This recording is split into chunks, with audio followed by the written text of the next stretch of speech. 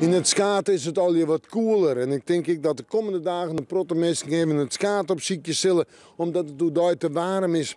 We krijgen een tiegenwarm weekend, maar morgen ik een tiegenwarme dag. En het is nog altijd net helemaal stabiel, dus die kans op een bui blijft. Joen en vannacht.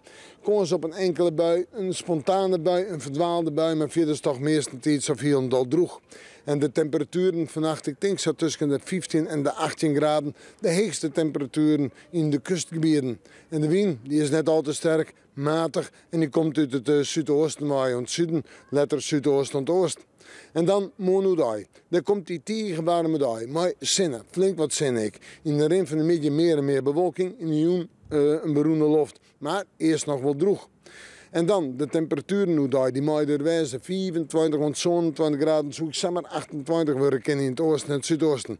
Tiegenwarm simmerwaar en de wind uit het oosten en het zuidoosten waait krachtig in het kustgebied. Matig en vrij krachtig op het vasteland. Dus een duidelijke waarschuwing voor de watersport. Ja, en dan let er in de joentijd in de nacht een gebied met buien wat doorkomt.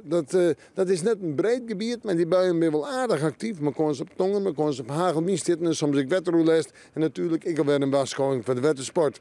En dan het vooruitzicht. De simmer kan nog net op.